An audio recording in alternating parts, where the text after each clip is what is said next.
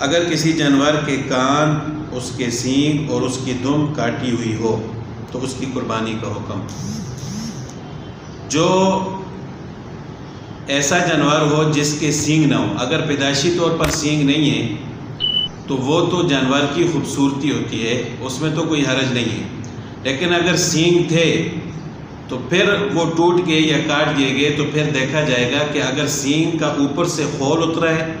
تو پھر تو کوئی حرج نہیں، اس کی قربانی جائز ہے۔ اور اگر سینگ بالکل جڑ سے نکلا ہوا ہے یا آدھا کاٹا گیا ہے یا ٹوٹ گیا ہے تو ایسی صورت میں اس جانور کی قربانی کرنا جائز نہیں ہے۔ اور اسی طرح اگر دم ہو، اگر دم کٹی ہوئی ہے تو علماء نے اس کا حساب اس طرح بتلایا ہے کہ آسانی کے لیے لوگوں کی، کہ اگر تھوڑی کٹی ہے تو کوئی حرج نہیں، اگر زیادہ کٹی ہو تو پھر ایسے جانور کی قربانی جائز نہیں ہے، یعنی تہائی سے کم ہو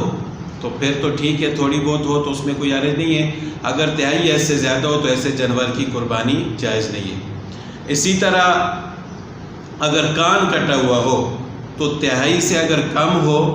تو اس جانور کی قربانی جائز ہے، اگر تہائی سے زیادہ ہے، زیادہ کٹا ہوا ہے اور کان کٹنے کی وجہ سے اس جانور کی شکل ہی خراب ہو گئی ہے، بدصورت لگ رہا ہے، تو اس صورت میں ایسے جانور کی قربانی بھی جائز نہیں۔